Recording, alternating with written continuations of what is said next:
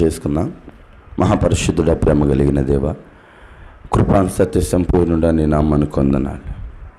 శ్రేష్టమైన సమయాన్ని మీరు మాకు అప్పగించినందులకై వందనాలు ప్రభువా.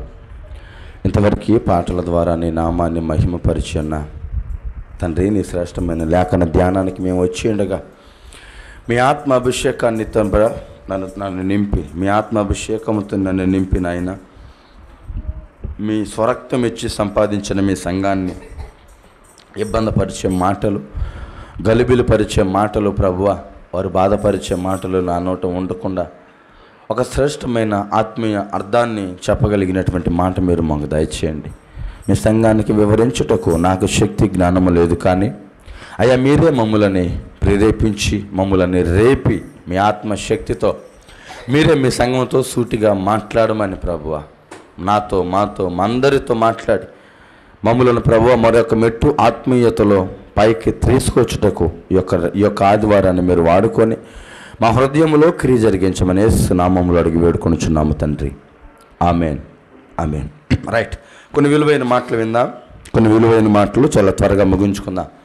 ఈరోజు ప్రియ దేవుని బిడ్డలారా, కుటుంబాల పరిస్థితులు ఎలా ఉన్నాయి మనం సొసైటీలో చూస్తే, ఈరోజు మనిషి ఎంత సంపాదించినా, మనిషి ఏది సంపాదించినా తల్లిదండ్రులని పిలువబడిన వారికి ఎక్కడో ఒక దగ్గర ఒక వెలుతుంటుంది. అది ఎక్కడుంటుంది తెలుసా? పిల్లల దగ్గర ఉంటుంది.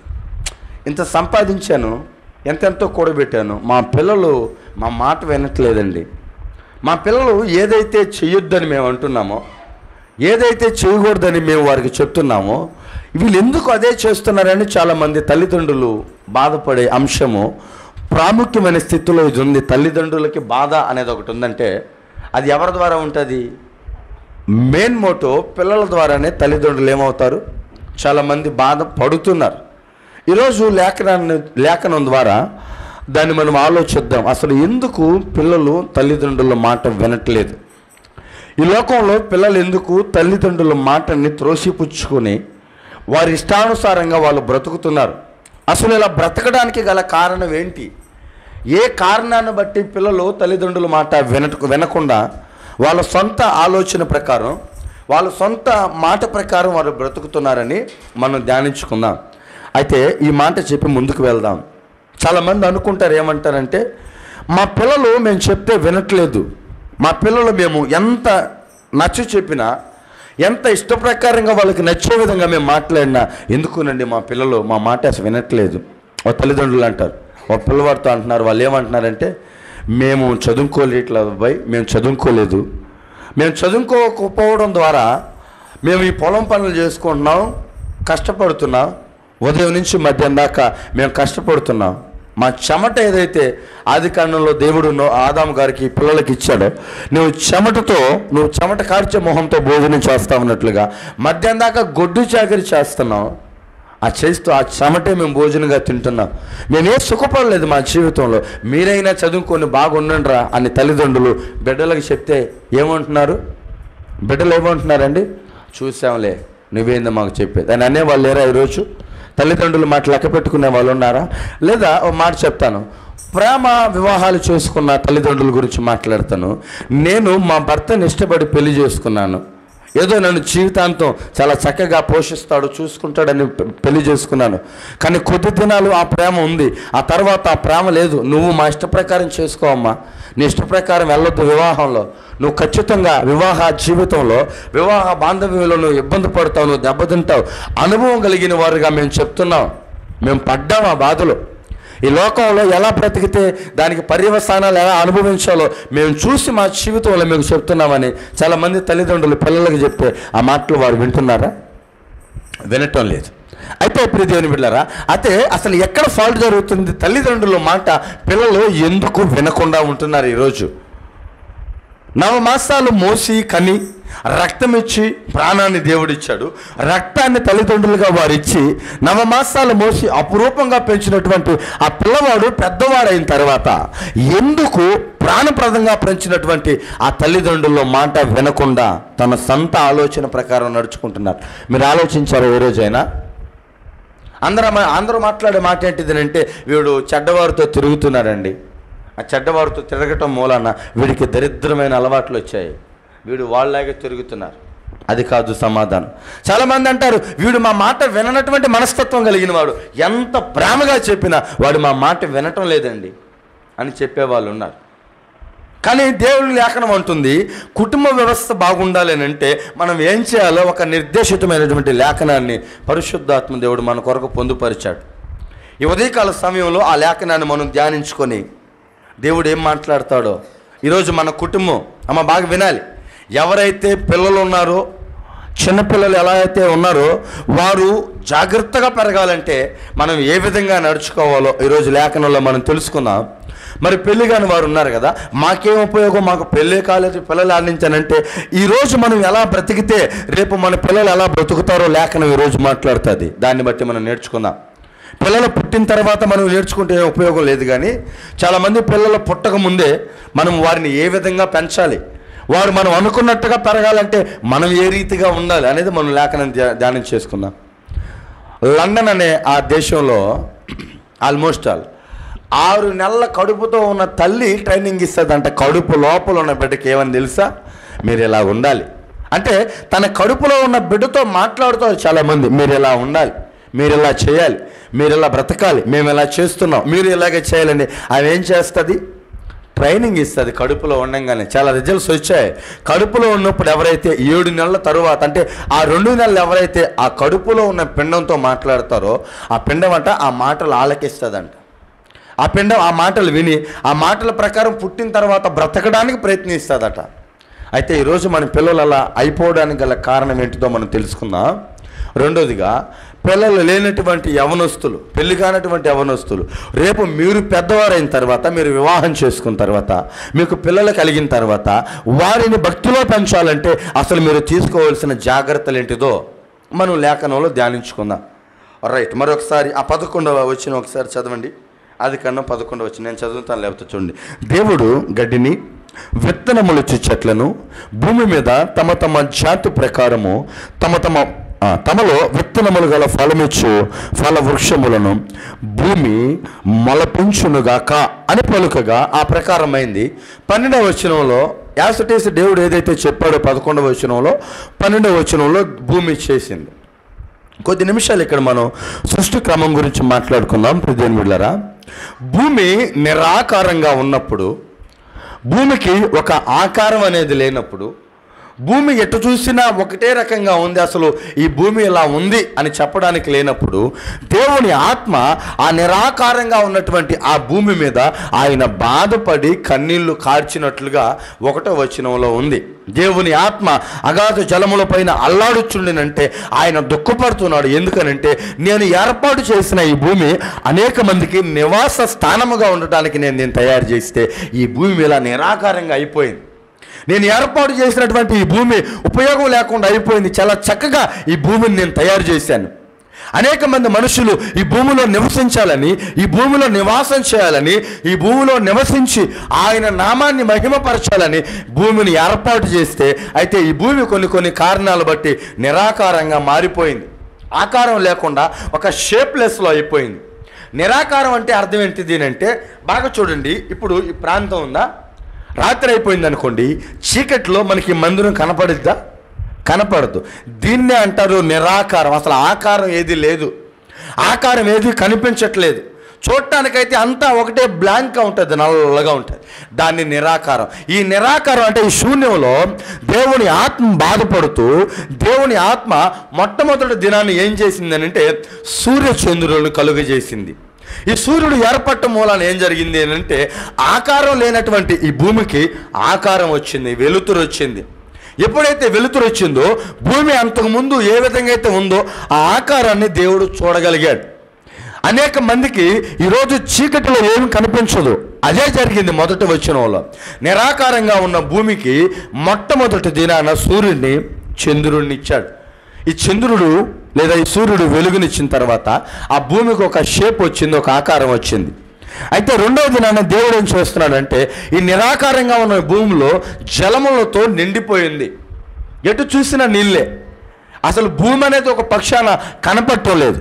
అయితే 2వ దినాన దేవుడు ఏం చేశాడు అంటే ఈ భూమి పైన ఉన్న నీరుని వేరుపరిచాడు.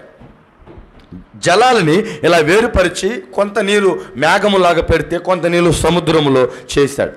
అయితే మూడో దినాన దేవుడు చేసింది ఏంటిది అంటే ఈ యొక్క చదవబడిన లేఖన భాగం చెట్లని ఆ యొక్క లేదా చెట్లని ఇంకా విత్తనములు ఇచ్చే కొన్ని చెట్లు గడ్డిని మూడవ దినాన మొలిపించారు.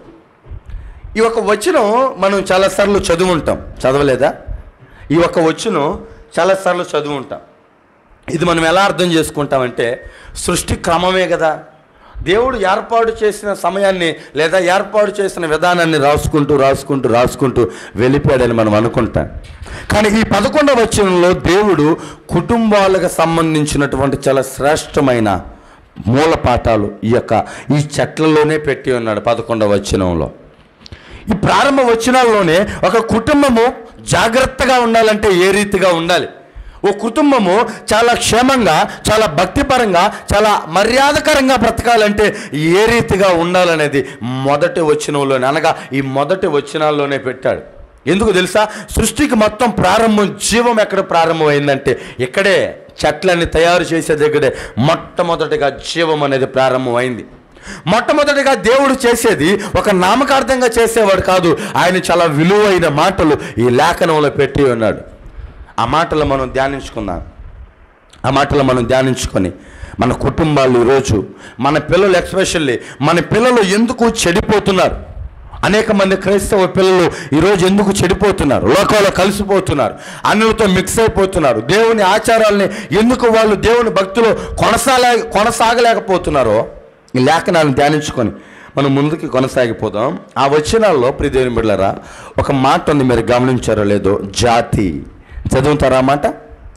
జాతి అనే మాట. తమ జాతి ప్రకారం, తమ జాతి ప్రకారం. బాగా ఆలకించండి. దేవుడు ఇక్కడ 3 రకాలైన చెట్ల గురించి మాట్లాడుతున్నాడు.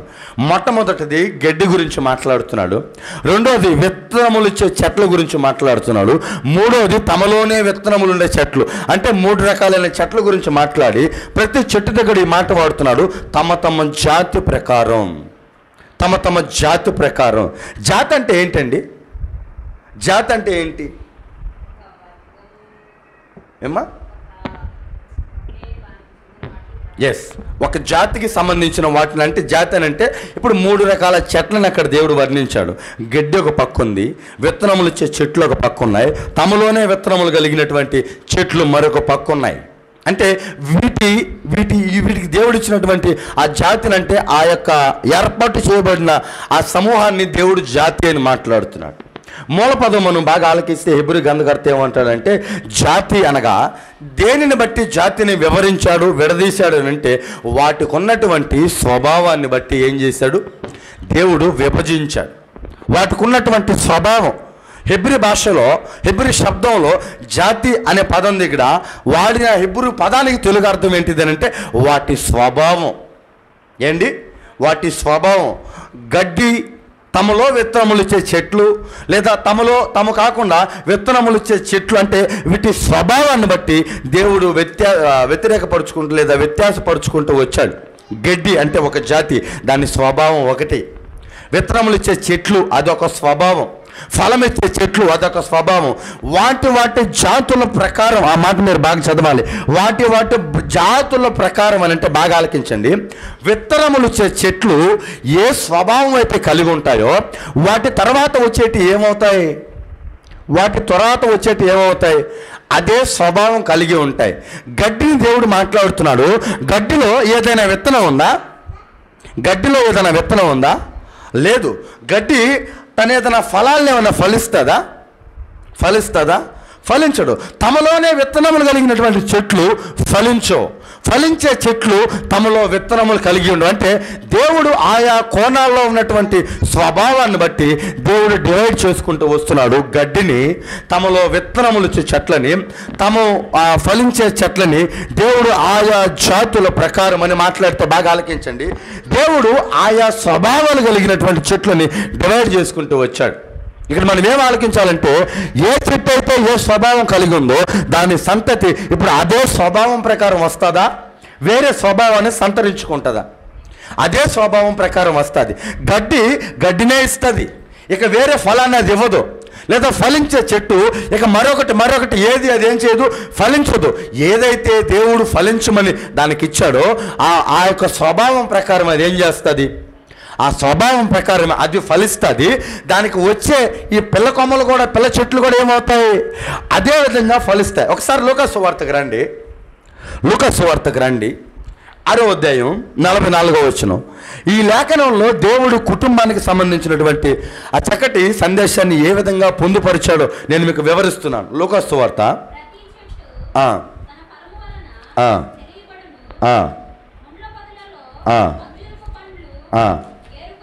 ఏరుకొనరు. ప్రతి చెట్టు ఏమవుతుంది చెప్పండి, ప్రతి చెట్టు చదవండి అమ్మా. ప్రతి చెట్టు తన ఫలము వలన తెలియబడును. ముండ్ల పొదలో అంజూరపు పండ్లు ఏరుకొనరు, కోరింది పొదలో ద్రాక్ష పండ్లు కోయరు. దేవుని బిడ్డలారా చాలండి, బాగా లేఖనాన్ని మనం పరిశీలిస్తే దైవజనుడైన లూకా గారు అంటారు, ఏ చెట్టు ఆ చెట్టు ఫలాన్ని ఏం చేస్తుందంట, నా వైపు చూడాలి అందరూ నా వైపు కొద్ది నిమిషాలు.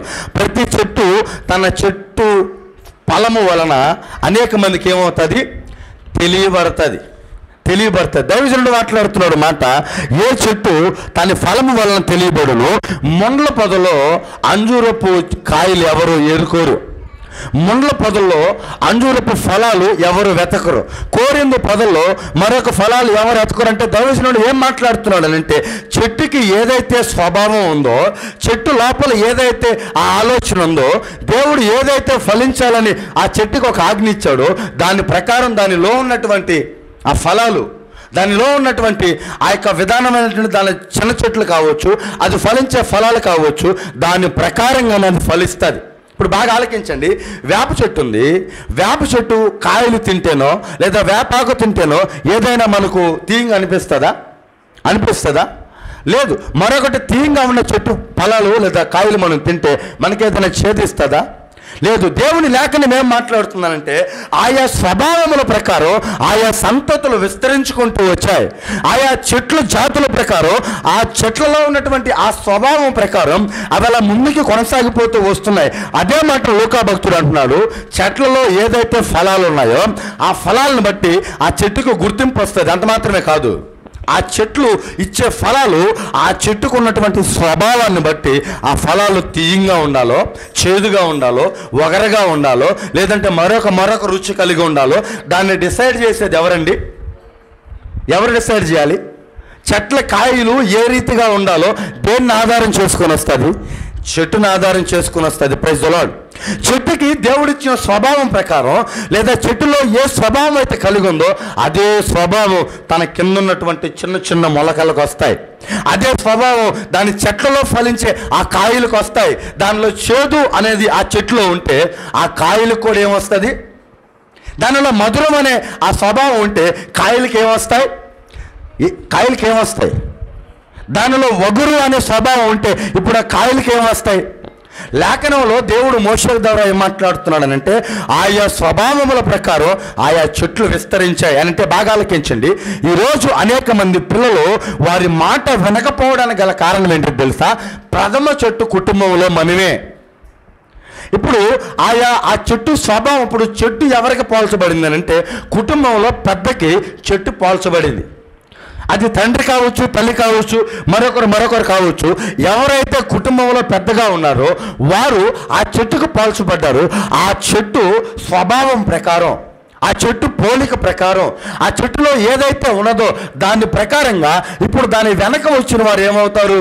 ఆ స్వభావంలో ఉంటారు.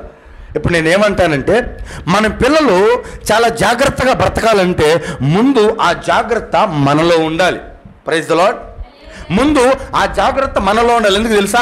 పిల్లలు ఎవరినో చూసి ఈ లోకంలోనికి వెళ్ళరు. ప్రాముఖ్యంగా పిల్లలకి తల్లిదండ్రులు గురువులతో సమానం. అన్ని విషయాల్లో, ప్రతి విషయంలో. బాగా చూడండి, అందరూ ఏమంటారంటే, నేను చదువుకోలేదన్నా, నేను ఎలా గురువు అవుతాను? నేను చదివిందే 4వ తరగతి లేదా 5వ తరగతి, నేను ఎలా గురువు అవుతానంటే, బాగా చూడండి, ఏ విధంగా చెట్టు స్వభావాన్ని బట్టి ఆ పిల్లలు లేదా ఆ యొక్క ఫలాలు ఫలిస్తాయో, చెట్టులో ఉన్నటువంటి ఆ మధురాన్ని బట్టి, చెట్టులో ఉన్న ఆ తీపిదనాన్ని బట్టి ఆ ఫలాలు కూడా లేదా ఆ కాయలు కూడా తీయంగా మారుతాయో, కుటుంబంలో తల్లిదండ్రులను బట్టి పిల్లలు తీయంగా ఉండాలో, లేదా ఒగరగా ఉండాలో, లేదా వారికి నచ్చినట్టు బ్రతకాలో ఎవరిని బట్టి డిసైడ్ అవుతుంది? ఎవరిని బట్టి డిసైడ్ అవుతుంది? తల్లిదండ్రులను బట్టి డిసైడ్ అవుతుంది. అందుకనే దైవజనుడు లూకా అంటున్నాడు, మీరు ఏదైతే ఫలిస్తారో ఆ ఫలింపును బట్టి ఆ చెట్టుకు గుర్తింపు. మీరు ఏ ఫలాలైతే మీరు ఫలిస్తారో ఆ ఫలాలను బట్టి ఆ తల్లి చెట్టుకి లేదా ఆ తండ్రి చెట్టుకి గుర్తింపు. బాగా చూడండి, ఒక చక్కటి కుమారుడు బాగా చదివి కలెక్టర్ అయ్యాడు అనుకోండి, ముందు అతన్ని పొగడరు. ఏండి, ముందు ఎవరిని పొగడతారు?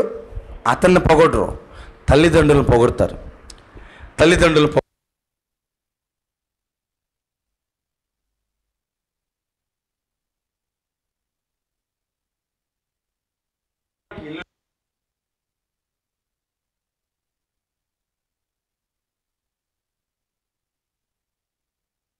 ఐపీఎస్ అయ్యాడు. దేని కారణం తెలుసా?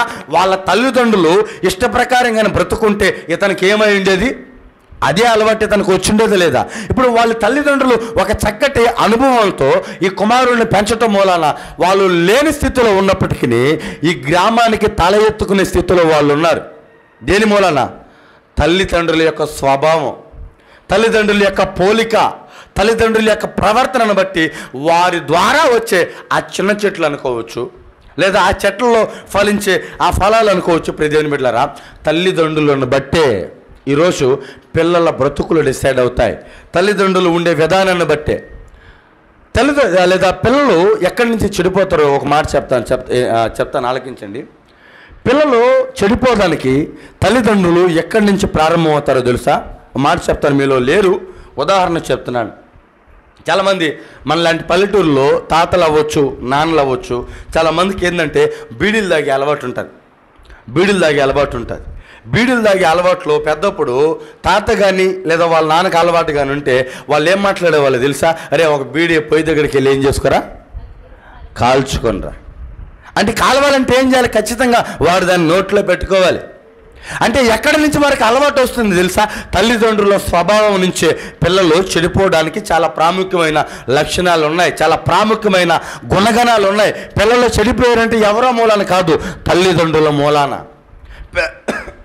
పిల్లలు బాగుపడ్డారంటే దానికి తల్లిదండ్రులే కారణం. మొట్టమొదటిగా దేవుడు సార్వత్రిక సంఘానికి ఆది కాండంలో మాట్లాడుతున్న మాట, ఆయా స్వభావముల ప్రకారం అవి ఫలిస్తూ వచ్చాయి. నువ్వు గడ్డివా, నీ పిల్లలు గడ్డి వలె ఉంటారు. నువ్వు ఫలమిచ్చే చెట్టువా, నీ పిల్లలు ఫలమిచ్చే చెట్టు వలె ఉంటారు. నీవు దేవుని మాట ప్రకారం నడుచుకునేవాడివా, నీకు కడుపును పుట్టిన వారు ఎలా ఉంటారు? నడుచుకునే వారిలాగే ఉంటారు. నీవు నీ తల్లిదండ్రులకు లోబడితే నీ కడుపును పుట్టిన బిడ్డలు ఏమవుతారు? నీకు లోబడతారు.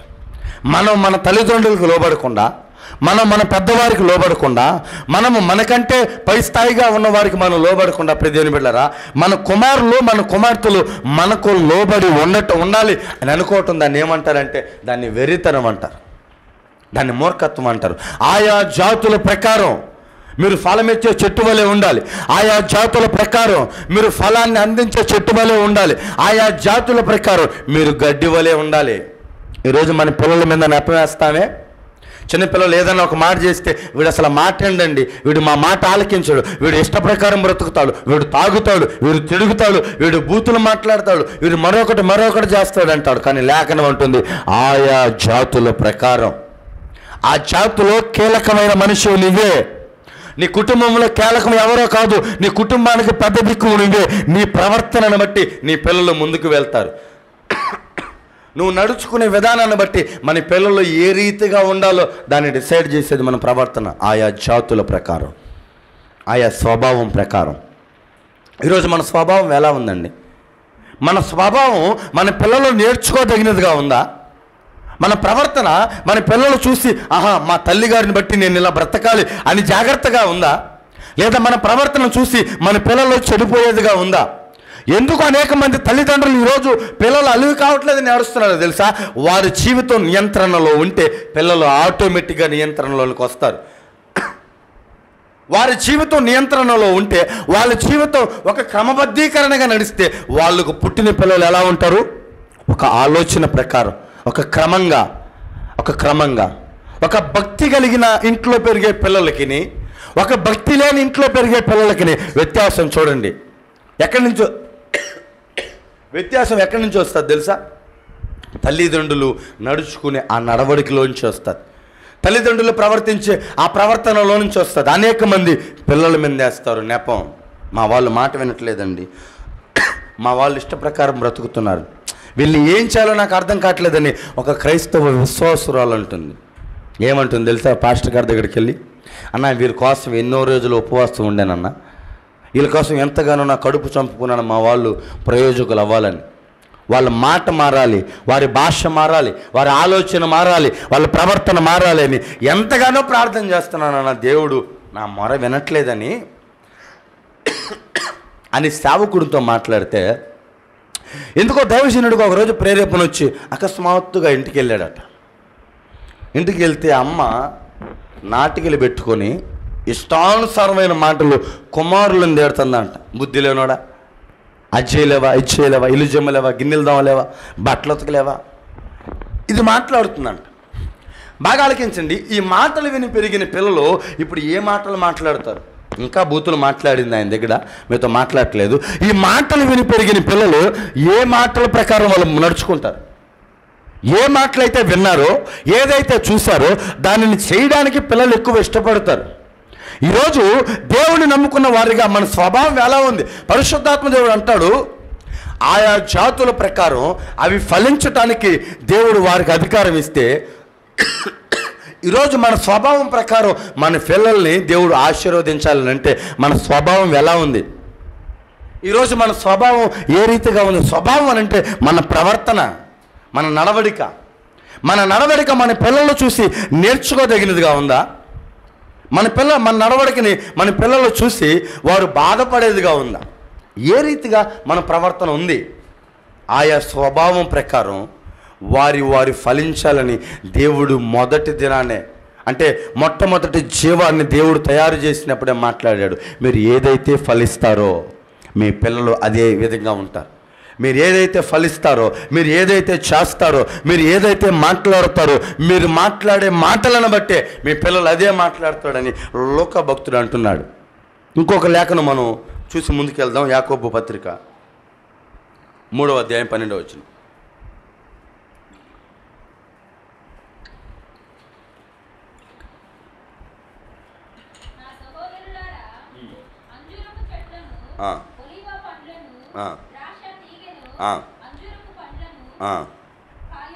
కాయనా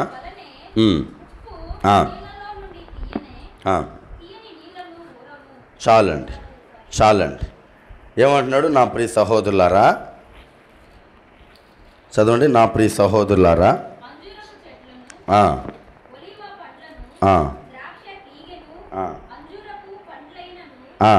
కాయనా అటువల్లే ఉప్పు నీళ్ళలో నుండి తీయని నీళ్ళు ఊరునా. ఇక్కడి నుంచి ఉప్పు నీళ్ళలో నుంచి తీయని నీళ్ళు ఊరునా. అంజూరపు చెట్లకి ఏం కాస్తాయి? అంజూరపు కాయలే కాస్తాయి. అంజూరపు చెట్టుకి ఒలివ కాయలు కాయు. అంజూరపు చెట్లకి ద్రాక్ష తీగలు కాయు. అంజూరపు చెట్లకి మరొక కాయు. అంజూరపు చెట్లకి ఏం కాస్తుంది? అంజూరపు కాయే కాస్తుంది. ఉప్పు నీళ్ళల్లో ఏ రీతిగా నీళ్ళు ఉంటాయి? ఉప్పుగానే ఉంటాయి. దైవజనుడు అంటాడు, ఉప్పు నీళ్ళు తీపిగా మారునా, ఉప్పు నీళ్ళు జలములో నుంచి తీపి నీళ్లు మారునా, ఊరునా.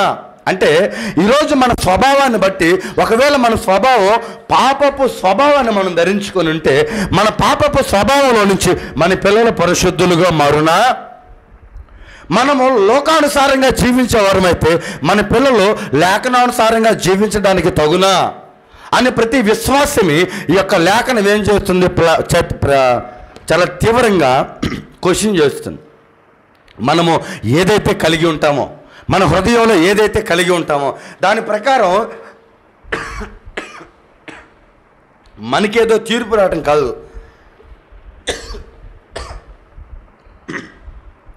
దాని ప్రకారం మనకు తీర్పు రావటం కాదు. మనం ఏదైతే కలిగి ఉంటామో ఆ స్వభావం ప్రకారం మన పిల్లలు ఏమై ఉంటారు? మన స్వభావం ప్రకారం మన పిల్లలు ఎదుగుతారు. ఈరోజు మన స్వభావం బాగాలేకపోతే మన పిల్లల స్వభావం కూడా అదే రీతిగా ఉంటుంది. మనం గడ్డి వలె ఉంటే మన పిల్లలు గడ్డి వలె ఉంటారు. మనం ఫలించే చెట్టు వలె ఉంటే మన పిల్లలు ఫలించే చెట్టు వలె ఉంటారు. మనము దేవుని సన్నిధిలో భయభక్తులతో నడుచుకున్న వారిగా మనం ఉంటే మన కడుపును పుట్టిన పిల్లలు కూడా ఏ విధంగా ఉంటారు? భయభక్తులతో నడుచుకునే వారిలాగా ఉంటారు. చూసారా ఎంత చక్కటి విషయం దైవజనుడు మొదటి దినాల్లోనే పొందుపరిచాడు. 3వ రోజులోనే సార్వత్రిక సంఘానికి చాలా విలువ కలిగినటువంటి మాట. ఈ మాటలో ఇంత అర్థం ఉంది.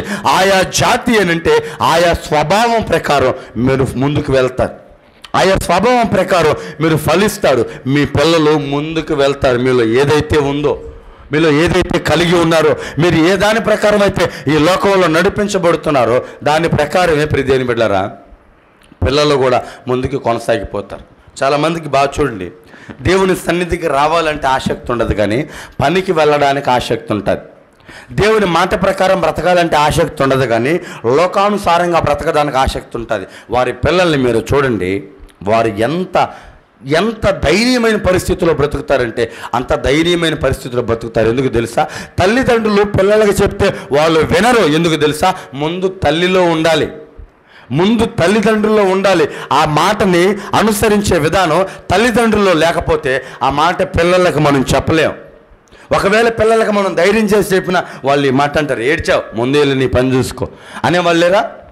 ఈరోజు తాగుబోతే పిల్లల్ని జ్ఞాపకం చేసుకోండి, వాళ్ళ తల్లిదండ్రులు వెళ్ళి అంటారు, రే నాన్న నువ్వు ఎందుకురా ముందు ఆగుతున్నావు అంటే, నువ్వు అంటావు నా చెప్పేది, నేను రాత్రి తాగి నువ్వు ఎక్కడ పడుకున్నావు అని తండ్రిని అడుగుతున్నాడు కుమారుడు. అడిగేవాళ్ళు లేరా? నువ్వు ఆపు ముందు తాగటం, తర్వాత నాకు చెబుతూ అనే నీతులు తల్లిదండ్రులకు చెప్పే పిల్లలు ఉన్నారు. దేని కారణంగా తెలుసా? మన స్వభావం చెడిపోయింది, మన స్వభావం బాగలేదు, మన స్వభావం చెడిపోయింది. కాబట్టి మన కడుపును పుట్టిన పిల్లలు ఆ స్వభావాన్ని చూసే వాళ్ళు ఎదుగుతున్నారు. కాబట్టి వారు అదే ప్రవర్తనలో ఉంటున్నారు. దేవుని యందు భయభక్తులు కలిగిన వారి పిల్లల ప్రవర్తన ఎలా ఉంటుందనంటే, దేవుడి మీద పరిపూర్ణ విశ్వాసం కలిగిన నడుచుకున్నటువంటి వారి కడుపును పుట్టిన పిల్లల పరిస్థితులు ఎలా ఉంటాయంటే, ఒకసారి సమూయేలు మొదటి గ్రంథం 2వ అధ్యాయం 18వ వచనం రండి. చిన్న లేఖన భాగాన్ని మనం జ్ఞాపకం చేసుకొని ముగించుకుందాం. సమూయేలు మొదటి గ్రంథం 2వ అధ్యాయం, సమూయేలు మొదటి గ్రంథం, సమూయేలు మొదటి గ్రంథం 2వ అధ్యాయం 18వ వచనం చదవండి త్వరగా.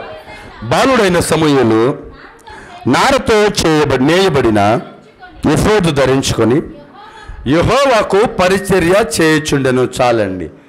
బాలుడైన సమూయేలు ఎఫోదు ధరించుకొని యెహోవాకి ఏం చేస్తున్నాడు? పరిచర్య చేయుచున్నాడు. అంటే యెహోవా సన్నిధిలో భక్తి చేస్తున్నాడు, యెహోవా సన్నిధిలో భయభక్తులు కలిగి నడుచుకుంటున్నాడు. ఇతను ఎవరి కుమారుడు తెలుసా? ఎవరి కొడుకు? హన్నా గారి కొడుకు. ఇతను చేస్తున్న పని, అతనికి వయసు ఎంత అండి? 4 సంవత్సరాల వయసు. జస్ట్ 4 ఏళ్ళే. 4 సంవత్సరాల వయసులో చిన్న కుర్తా వేసుకొని దేవుని సన్నిధిలో అతను ఏం చేస్తున్నాడంటే యెహోవాకి పరిచర్య, సావుకుడికి కాదు. యెహోవాకి పరిచర్య లోకంలో ఉన్న రాజకీయ నాయకుడికి కాదు. యెహోవాకి పరిచర్య ఇంటి పక్కన ఉన్న వారికి కాదు. యెహోవాకి పరిచర్య బంధుమిత్రులకి కాదు. యెహోవాకి పరిచర్య 4 ఏళ్ల కొడుకు చేశాడంటే వాళ్ళ తల్లి ఏం చేసింది? యెహోవాకి పరిచర్య చేసింది. యెహోవా సన్నిధిలో ఆమె పరిచారం చేసింది కాబట్టి ఆమెను చూసినటువంటి ఆమె కొడుకు దేవుని సన్నిధిలో ఎఫోదు ధరించుకొని పరిచర్య చేస్తున్నాడు. ఈరోజు మన పిల్లలు ఎలా ఉన్నారండి? మన పిల్లలు చెప్తాం, అసలు ప్రార్థన చేసుకోడండి, అసలు భక్తి లేదు, అసలు భయం లేదు, వీడు ఏమైపోతాడో అని పెద్దల గురించి మనం మాట్లాడతాం. దేవుడు అంటున్నాడు, నీ స్వభావం ఎలా ఉంది? మన పిల్లల మీద మనం నెపం మోపుతున్నాం, ప్రార్థన చేసుకోవట్లేదని. అయితే తల్లిదండ్రులుగా మనం చేస్తున్నామా? మనం వారికి మోరల్గా ఉన్నాం. ఒక నైతికత నేర్పించాల్సిన బాధ్యత తల్లిదండ్రులుగా మన మీద ఉంది. తల్లిదండ్రులు పిలువబడుతున్న మనమే ప్రార్థన చేసుకోకుండా, వాక్యాన్ని ధ్యానించకుండా నాటికలు పెట్టుకొని చూస్తే, మీరు తల్లిదండ్రులు కాబట్టి నాటిక చూశారు, మీ కడుపును పుట్టిన వారు ఇన్స్టాగ్రామ్లో ఏమేమి చేస్తారో మీకు తెలుసా? మీరు తల్లిదండ్రులు కాబట్టి టీవీలు చూస్తున్నారండి, మీకు టెక్నాలజీ తెలియదు. మీ కడుపును పుట్టిన వారు ఇంకా ఏ దరిద్రమైన పని చేయరా? చేస్తారా? చేయరా? దేని మూలాన? మన ప్రవర్తన మూలాన. బాలుడైన సమూయేలు యెహోవాకి పరిచర్య చేస్తున్నాడు. దేవుని సన్నిధిలో ప్రార్థన చేస్తున్నాడు, దేవుడి మందిరంలో పని ఎత్తుక్కుంటూ పని చేస్తున్నాడు. దేని మూలాన తెలుసా? ఆమె తల్లి అయిన హన్న దేవుని సన్నిధిలో కనిపెట్టిన ఆ విధానాన్ని చూశాడు. ఈరోజు మనం దేవుని సన్నిధిని వెతికే వారంగా ఉన్నామా? ఈరోజు దేవుని సన్నిధిలో పరిచర్య చేసే వారంగా ఉన్నామా? I'm not talking about that పరిచర్య. నేను పరిచర్య గురించి మాట్లాడలేదు. మన స్వభావం మన పిల్లలకి ఏదైనా నైతికత నేర్పించేదిగా ఉందా? మనం ప్రవర్తించే మన జీవిత విధానం మన పిల్లలకి రే నాన్న ఇలా బ్రతికితే మీరు బాగుంటారు అని చెప్పే విధంగా ఉందా? మీ ప్రవర్తననే మీ పిల్లలు అనుసరిస్తే వాళ్ళు చక్కగా ఉంటారా? వాళ్ళు ఇంకా దరిద్రంగా బ్రతుకుతారు. ఆలోచించండి. ఎందుకంటే ఈరోజు లోకంలో అనేక మంది పిల్లలు ఏ రీతిగా ఉన్నారు దేనికి తెలుసా? వాళ్ళ తల్లిదండ్రుల్లో నీతి లేదు, వాళ్ళ తల్లిదండ్రుల్లో న్యాయం లేదు, వాళ్ళ తల్లిదండ్రుల్లో ఒక నిబద్ధత లేదు, పిల్లల్ని అనడానికి లేదు, పిల్లలకి నేర్పించేదే మనం. అందుకని దైవజనుడు అంటాడు, బాలుడు నడవవలసిన త్రోవని వాడికి ఏం చేయాలి? నేర్పించండి. వాడు పెద్దవాడైన తర్వాత ఆ త్రోవలలో నుంచి వాడు తొలగిపోడు. వాడు తొలగిపోకుండా ఉండాలంటే మనం ముందు ఆ త్రోవల్లో నడవాలి. వాడికి నేర్పించాలి అంటే ఆ త్రోవ ఏంటిదో మనకు తెలియాలి. ఆ త్రోవ ఏంటిది, ఆ త్రోవ ఎలా ఉంటుంది, ఆ త్రోవ ఎక్కడ ఉంటుందో మనకు తెలిస్తే ఆ త్రోవ ప్రకారం మనం బ్రతికితే నువ్వు వాడికి నేర్పించాల్సిన అవసరం లేదు. ఆటోమేటిక్గా నీతో పాటు వాడు అదే త్రోవలో ఉంటాడు. ఉండరా? బాగా చదువుకున్న వారి కుటుంబాన్ని చూడండి. వారు ఉద్యోగం చేస్తారు, వారి పిల్లలు ప్యూన్ జాబ్ అయినా పర్వాలేదు, గవర్నమెంట్ ఉద్యోగం కావాలని తనిఖీలాడతారు. దేనికి తెలుసా? వాళ్ళ తల్లిదండ్రులను చూసి నేర్చుకున్నారు. ఆ జాబ్లో ఉంది వాల్యూ, గవర్నమెంట్ జాబ్లో ఉంది చాలా విలువ, ఆ నైతికత విలువ ఆ గవర్నమెంట్ ఉద్యోగంలో ఉందని వాళ్ళు ఎంత కష్టపడతారో ఒకసారి వాళ్ళని చూడండి. మీరు గవర్నమెంట్ సెక్టర్లో జాబ్ కోసం ట్రై చేసేవారిని చూడండి. ఎందుకంత కష్టపడతారో తెలుసా? వాళ్ళ తల్లిదండ్రులు ఆ ఉద్యోగాన్ని సంపాదించుకొని వాళ్ళు అనుభవిస్తున్న ఆ జీవితాన్ని వీరు పొందుకోవాలని, వారి తల్లిదండ్రులాగా వీళ్ళు బ్రతకాలని, ఆ తల్లిదండ్రులు ఏ రీతిగా అయితే సమాజంలో ఒక చక్కటి విలువ కలిగి ఉన్నారో ఆ రీతిగా వీళ్ళు బ్రతకాలని ఎంత కష్టపడతారో. రాత్రి మొగులు చదువుతారు దేనికి? ఆ ఉద్యోగం సంపాదించాలని. దాన్ని ఎవరు చూసి నేర్చుకున్నారు? తల్లిదండ్రులా కాదా? ఈరోజు మీ పిల్లలు మనల్ని చూసి నేర్చుకోవాలంటే ఏం నేర్పిస్తున్నాం ఈరోజు మన పిల్లలకు? మనం నాటికలు చూడమని నేర్పిస్తున్నామా? మరొకటి చేయమని నేర్పిస్తున్నావా? ఆదివారం మందిరం ఎగ్గొట్టి బంధువులింటికి స్నేహితులింటికి తిరగమని నేర్పిస్తున్నావా? మనం ఏదైతే నేర్పిస్తామో, మనం ఏదైతే మన స్వభావం కలిగి ఉంటామో ఆ స్వభావం ప్రకారం తమ జాతులు. ఈరోజు నీవు దేవుని సన్నిధిలో ఉంటే ఖచ్చితంగా రేపు నీ కుమారుడు దేవుడి సన్నిధిలోకి వస్తాడు. ఈరోజు నీ ఇంట్లో నువ్వు మోకాలేసి ప్రార్థన చేస్తే ఖచ్చితంగా నీ సంతతి వారు ఎవరైనా పర్లేదు, పిల్లలనే కాదు, నీ ఇరుగు పొరుగు వారు కావచ్చు, నీ ఇంటి పక్కన వారు కావచ్చు, మీ బంధువులు కావచ్చు, మీ స్నేహితులు కావచ్చు, మరొకరు కావచ్చు, నిన్ను చూసి వారి జీవితాన్ని మార్చుకోవాలి. నిన్ను చూసి వారు పరిశుద్ధంగా పరచబడాలి, వారు మారాలి. మన స్వభావాన్ని బట్టి, మన పోలికను బట్టి, మన పోలిక ఎంత ఇంపాక్ట్ చేస్తుందో మనం తెలుసుకోవాలి. మన పిల్లలు ఈరోజు మనం గొప్పవాళ్ళు అవ్వాలన్న మనలోనే ఉంది. మన పిల్లలు ఈరోజు నాశనం అయిపోవాలన్న మనలో ఉంది. యవనస్తులతో మాట్లాడతాను చూడండి. ఈరోజు మీరు మీ తల్లిదండ్రులకు లోబడకపోతే, ఈరోజు మీరు మీ దేవునికి లోబడకపోతే, ఈరోజు మీరు మీ వాక్యానికి లోబడకపోతే, దేవుడు మీకు అనుగ్రహించినటువంటి ఈ వారపు సందేశానికి మీరు లోబడి ఆ వాక్యం ప్రకారం మీ జీవితం మీరు ఈరోజు మార్చుకోకపోతే రేపు ఖచ్చితంగా మీ పిల్లలు పుట్టిన తర్వాత వాళ్ళు ఎలా ఉంటారో తెలుసా? మనకు మళ్ళీ ఉంటారండి. పిల్లలంట మనకు మిర్రర్ లాగా ఉంటారంట. మనం ఏ విధంగా నడుచుకుంటామో వాళ్ళు అదే విధంగా నడుచుకుంటారు. మనం ఏ విధంగా భక్తి చేస్తామో వారు అదే విధంగా చేస్తారు. మన మాట తీరు ఎలా ఉందో వారి మాట తీరు అదే విధంగా ఉంటుంది. మనం దేనిని బట్టి ప్రవర్తిస్తున్నామో మన పిల్లలు దాన్ని బట్టి ప్రవర్తిస్తాడు. యేసుక్రీస్తు ప్రభు పరిశుద్ధత అనే ప్రవర్తనను మనకు చూపించాడు. ఈరోజు ఎందుకు అనేక మంది పాపం చేసిన పశ్చాత్తాపడి ప్రాయశ్చిత్తం చేసుకోవాలని ప్రార్థన చేస్తూ ఉపవాసాలుండి ఎందుకు మరలా పరిశుద్ధులు అవ్వాలని ట్రై చేస్తున్నాడు తెలుసా? మన తండ్రి అయిన దేవుడు ఆయన పరిశుద్ధుడు. ఆయన మనకు ఆ పరిశుద్ధత చూపించాడు కాబట్టి ఆ పరిశుద్ధునిగా మనం మారాలనే ఈ ఉపవాస ప్రార్థనలు. ఆ పరిశుద్ధ ఆ రూపంలోనికి మనం మార్చబడాలనే ప్రతి వారము ఈ లేఖనాన్ని మనం ధ్యానించటం, ఆ పరిశుద్ధమైన ఆ ప్రవర్తన మనకు రావాలనే ప్రతి ఆదివారం సంఘంగా కూడుకోవటం. ఆయన పరిశుద్ధుడు కాబట్టి ఆయన మనకు తండ్రి, ఆయన మనకు ప్రథమ వృక్షమై మనకు మూలపుత్రుడుగా ఉన్నాడు కాబట్టి ఇప్పుడు ఆయన ప్రకారం నడవాలని మనం ప్రయాసపడుతున్నాం. మరి మన పిల్లలు ఎవరి ప్రకారం నడవాలి? మన పిల్లలు మన ప్రకారం నడవాలంటే మన జీవితం ఏ రీతిగా ఉంది? అన్నగారి జీవితం మనకు తెలుసు. ప్రతి విషయంలో ఆమె మందిరాన్ని వెతికింది, ప్రతి విషయంలో ఆమె దేవుని సన్నిధిని వెతికింది, ప్రతి విషయంలో దేవుడి మీద ఆధారపడటం నేర్చుకుంది. ఆమె ఆధారపడింది కనుకనే ఆమె కుమారుడు దైవజనుడు ఆ రాజులను అభిషేకించగలిగినటువంటి ఓ ప్రవర్తన లేపగలిగినాడు. దేని మూలాన? ఆమె ప్రవర్తన మూలాన. ఈరోజు మన ప్రవర్తన చాలా ప్రాముఖ్యమైంది. చాలామంది ఏమంటారంటే నా దేవుందులండి అయిపోయింది, 70 ఏళ్ళు 80 ఏళ్ళు మహా అంటే ఎంత బ్రతుకుతామని నేను అంటారు. 10 సంవత్సరాలు బ్రతికితావు.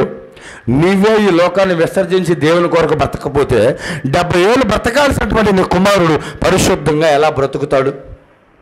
ఇన్నేళ్ళు లోకాన్ని అనుభవించాం, ఇన్ని సంవత్సరాలు లోకంలో మనం బ్రతికాం. ఇప్పుడు కూడా మనం చావుకి దగ్గరగా వెళ్ళిపోయిన తర్వాత కూడా మనం దేవుని కోసం మన జీవితాన్ని మార్చుకొని బ్రతకలేకపోతే యవ్వనస్తులు ఎలా బ్రతుకుతారు? మన జీవితాన్ని బట్టే మన వారసత్వం ఫలిస్తుంది. నీలో చేదు అనే ఫలం ఉందా?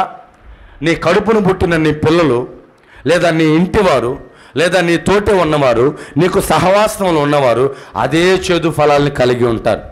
నీలో దైవభక్తి అనే ఒక దేవుని యొక్క భక్తి నీలో ఉందా?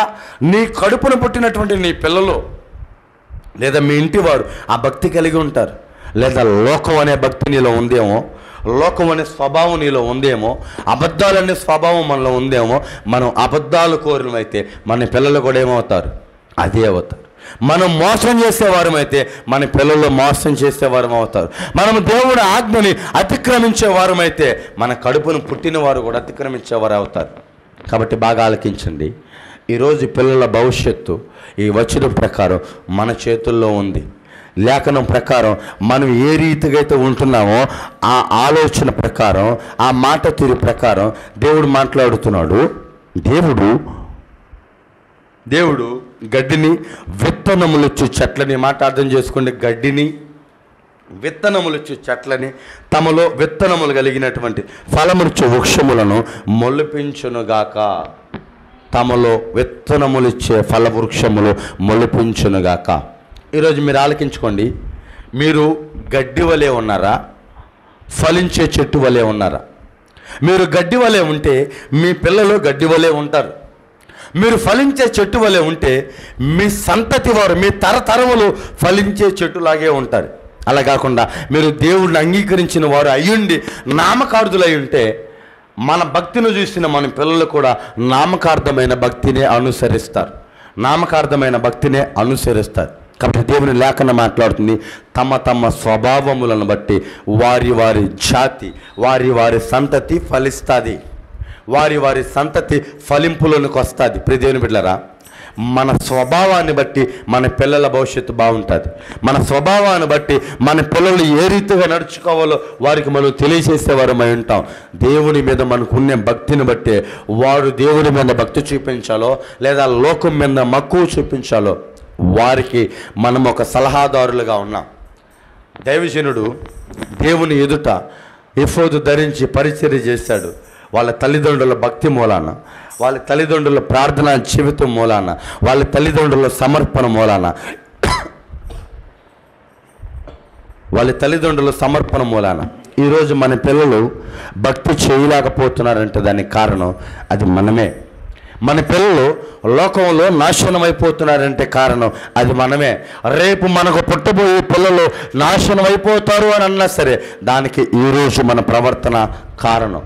కాబట్టి మన ప్రవర్తనను జాగ్రత్తగా చూసుకోవాలి.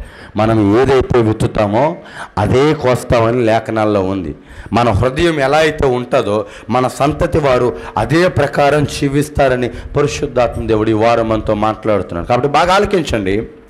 మనము అనేక మందికి మాదిరిగా ఉండాలి. ఎస్పెషల్లీ మన కుటుంబంలో ఉన్న వారికి మాదిరిగా ఉండాలి. పిల్లలతో మాట్లాడేటప్పుడు, సంఘంలో మాట్లాడేటప్పుడు, మనుషుల ఎదుట మాట్లాడేటప్పుడు మన ప్రవర్తన జాగ్రత్తగా ఉండాలి. మన నోటి మాట అదుపులో ఉండాలి. ఈరోజు మన ప్రవర్తనను బట్టే మన చెట్టు, మన స్వభావం ఏదైతే కలిగి ఉన్నామో దానిని బట్టి మన పిల్లలు ఏ రీతిగా ఉండాలో దేవుడు డిసైడ్ చేస్తున్నాడు.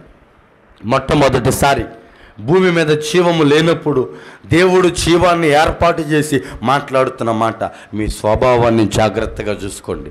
ఎందుకంటే మీ స్వభావాన్ని బట్టే మీ సంతతి కొనసాగిపోతుంది, మీ స్వభావాన్ని బట్టే మీ తరము కొనసాగిపోతుంది, మీ స్వభావాన్ని బట్టే మీ బిడ్డల భవిష్యత్తు ఉంటుంది, మీ స్వభావాన్ని బట్టే మీ కుటుంబ సభ్యుల భవిష్యత్తు డిసైడ్ అయి ఉంటుంది. మనము మూల పురుషులమే మన కుటుంబానికి మనము యజమానులుగా, మనము యజమానకర్తలుగా మనం ఉన్నప్పుడు మనము భయం కలిగి ఉండాలి.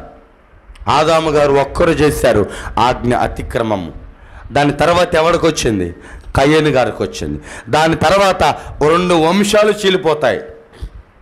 అంటే కయ్యను ప్రవర్తన గమనించిన వారు ఒక వంశము, కయ్యనుకి ఆపోజిట్లో ఉన్నటువంటి వారు ఒక వంశముగా, షేతు కాడి నుంచి వచ్చిన కుటుంబము ఒక వంశము, కయ్యోను వంశం ఒకటిగా చీలిపోయింది. దేనికి తెలుసా? వారి ప్రవర్తనను చూసిన వాళ్ళు తర్వాత తరము దానిని అనుసరించారు. ఈరోజు మీరు చెప్పగలుగుతారా, నా ప్రవర్తన నా బిడ్డలు అనుసరిస్తే బాగుంటారండి, నా ప్రవర్తన నా బిడ్డలు అనుకరిస్తే దేవునిలో భక్తిపరులుగా మారుతారు అని మీరు చెప్పలేకపోతే యాజ్ ఎ పేరెంట్స్గా మనం ఫెయిల్యూర్ అన్నమాట. మనము ఫెయిల్ అయిపోయాం బిడ్డల్ని పెంచడంలో. కానీ లేఖనం అంటుంది, ఒకవేళ ఇప్పుడు మనలో దేవుడు మనకి ఇచ్చినటువంటి ఆ స్వభావం ఇంతవరకు మనలో లేదేమో, దేవుడు మనలో ఇచ్చినటువంటి ఆ మొదటి స్వభావం మనలో లేదేమో, కానీ ఇప్పుడు మనలో ఆ స్వభావం మనం కలిగి ఉండాలంటే ఏం చేయాలి? చూడండి, ఓ మామిడి చెట్టు ఉంది. ఆ మామిడి చెట్టు ఒక విధమైన ఫలం ఇస్తుంది. ఇప్పుడు దాంట్లో వేరే విధమైన ఫలం రావాలంటే దాంట్లో ఏం చేస్తారు తెలుసా? జియాలజీ ప్రకారం ఆ చెట్టుకి ఏరే చెట్టుని అంటు కడతారు. ఐడియా ఉందా? అంటు కడతారు. అంటే ఈ చెట్టు స్వభావం బాగలేదు అని అనుకోండి, ఇప్పుడు ఈ చెట్టు స్వభావాన్ని ఎవరు మార్చలేరు. కాబట్టి ఈ చెట్టు స్వభావానికి బాగున్నే వేరే ఏరు చెట్టుని తీసుకొచ్చి తగిలిస్తే దాని స్వభావం దీనికి వచ్చి ఇప్పుడు ఈ కాండం మూలన మంచి ఫలాలు ఫలిస్తాయి. మన స్వభావం ఏదైనా తోటలోంచి బయటికి త్రోయబడినప్పుడు మన స్వభావం మలినమైపోయింది. ఆదాము గారు చేసిన ఒక చిన్న పొరపాటు ద్వారా ఆజ్ఞ అతిక్రమము మన జీవితంలో అలవాటు అయిపోయింది. అయితే ఇప్పుడు మనము స్వభావం చెడిపోయింది. ఇప్పుడు మన పిల్లలకు మనం మాదిరి చూపించాలంటే క్రీస్తు అనే ఏరే చెట్టుని మన జీవితంలో అంటుకట్టుకోవాలి. క్రీస్తు అనే ఏరే స్వభావాన్ని మనం అనుకరించగలగాలి. అప్పుడే మన స్వభావం పోయి ఆయన స్వభావం మనలో వస్తుంది. ఆ స్వభావాన్ని అనుసరించిన వాడు పరిశుద్ధుడవుతాడు. Praise the lord. మన స్వభావం స్వతహాగా మంచిది కాకపోవచ్చు, కానీ దేవుని స్వభావం స్వతహాగా మంచిదే. అయితే ఇప్పుడు మనం ఆ క్రీస్తు అనే ఏరుని మనకు అంటు కట్టుకుంటే, మన జీవితానికి మనం అన్వయించుకుంటే, మనం అప్లై చేసుకుంటే ఆ క్రీస్తులో ఉన్నటువంటి ఆ మంచి స్వభావం మన జీవితంలోనికి వస్తుంది. ఆ మంచి స్వభావం మనం ప్రవర్తించడం ద్వారా మన పిల్లలు కూడా ఆ మంచి స్వభావానికి అలవాటు అవుతారు. తద్వారా వారు ఏమవుతారు? దేవుని లేఖనానుసారంగా బ్రతికే వాళ్ళు అవుతారు. కాబట్టి ఈ కొద్ది మాటలు జ్ఞాపకం చేసుకోండి. మన ప్రవర్తన ఎవరు చూసినా చూడకపోయినా, మన ప్రవర్తన ఎవరు పట్టించుకోకపోయినా, మన ప్రవర్తన మన పిల్లలు చూస్తారు. ఆ ప్రవర్తనను వాళ్ళు చూసే దాన్ని బట్టే వాళ్ళు పెరుగుతారు, దాన్ని బట్టే వాళ్ళు ప్రవర్తిస్తారు. ఈరోజు మన ప్రవర్తన దేవుని దృష్టికి అంగీకారంగా ఉందా? ఈరోజు మన ప్రవర్తన లేఖనానుసారంగా ఉందా, లేదా మన ఇష్టానుసారంగా బ్రతుకుతున్నామా? ఈరోజు మనం మన ఇష్టానుసారంగా బ్రతికితే ఖచ్చితంగా మన పిల్లలు మన మాట దాటి వాళ్ళ ఇష్టానుసారంగా వాళ్ళు చేస్తారు. మనము దేవుని మాటకు లోబడితే, మనము దేవుని వాక్యానికి లోబడితే, దేవుని సన్నిధికి లోబడి ఆయన మార్గములో నడవగలిగితే మన సంతతి వారు, మన తరతరములు ఆ మార్గాన్ని వెంబడిస్తారు. సేవకులు తరతరము సేవకుల సంతతిగానే కొనసాగిపోతుంది. ఎవరో ఒక్కడు ఉంటాడు మూలన సేవకులు. ఆ సంతతి ఏమైపోతుందో తెలుసా? వాళ్ళ కొడుకు సేవకుడు అవుతాడు, కొడుకు తర్వాత కొడుకు సేవకుడు అవుతాడు, వాళ్ళ కొడుకు తర్వాత కొడుకు ఏమవుతాడు? సేవకుడు అవుతాడు. దేని మూలన? చిన్నప్పటి నుంచి వారు ఆ వైరాగ్యాన్ని అలవాటు చేసుకుంటూ పెరిగారు. కాబట్టి వారి మనసులో ఒక లక్ష్యం ఏర్పడుతుంది. నేను మా నాన్నగారిలాగా సేవ చేయాలి, నేను మా తాతగారిలాగా సేవ చేయాలి, నేను మా అమ్మగారిలాగా సేవ చేయాలి, నేను మా నాన్నగారిలాగా డాక్టర్ అవ్వాలి, నేను మా నాన్నగారిలాగా టీచర్ అవ్వాలి అని. ఈరోజు మన పిల్లలు తాగుబోతులు అయ్యారంటే అది మన మూలానే. మన పిల్లలు ఒక వ్యభిచారులు అయ్యారంటే అది మన మూలానే. మన పిల్లలు దొంగలుగా మారారు అంటే అది మూలానే. మన పిల్లలు దైవ భక్తి లేని వారిగా మారారంటే అది మన మూలానే. భక్తి మనలో ఉంటే మనల్ని చూసి మన పిల్లలు ఆటోమేటిక్గా మారుతారు. కాబట్టి మన స్వభావం ఏ రీతిగా ఉందో, మనం భక్తి పరులుగా కనపడుతున్నామో, మన పిల్లలకి చక్కటి మాదిరిని ఇస్తున్నామో, లేదా మన పిల్లలు చెడిపోవడానికి మనమే ఒక మెయిన్ కారణంగా, ఒక మూల స్తంభంగా మనం ఉన్నామో జ్ఞాపకం చేసుకోండి. హన్నా భక్తి చేసింది. హన్నాకి దేవుడిచ్చిన ఆ కుమారుడు 4 ఏళ్ల ప్రాయంలో దేవుని సన్నిధిలో యెహోవాకి పరిచర్య చేశాడు. కయ్యూను పాపం చేశాడు, తనకు పుట్టినవాడు పాపమే చేశాడు. మనం ఏ రీతిగా ఉంటామో అదే రీతిగా మన పిల్లలు ఉంటారు. కాబట్టి కుటుంబము బాగుండాలంటే కుటుంబంలో ఉన్న మనము జాగ్రత్తగా ఉండాలి. కుటుంబానికి మూలరాయిగా నిలబెట్టిన మనము దేవుని యందు భయభక్తులు కలిగి ఉండాలి. మన స్వభావం ఆరోగ్యకరమైన స్వభావము మనము కలిగి ఉండాలి. కాబట్టి ఒకవేళ ఇంతవరకు మన స్వభావము లోకానుసారంగా ఉందేమో, ఇష్టప్రకారంగా చేసి నా పిల్లలు అలా చేయకూడదు, మా తల్లిదండ్రులు అలా ఉండకూడదని మనం అనుకుంటున్నామేమో. పిల్లలు మనకు అనుకూలంగా మారాలంటే ముందు మనము లేఖనానికి అనుకూలంగా మార్చబడితే పిల్లలు ఆటోమేటిక్గా మనకు అనుకూలపరచబడతారు. కాబట్టి దేవుడు ఈ మాటలు దీవించి ఆశీర్వదించునుగాక. అనేక మంది కుటుంబాల్లో ఈ వాక్యము ఫలభరితంగా మార్చునుగాక. ప్రార్థన చేసుకుందాం.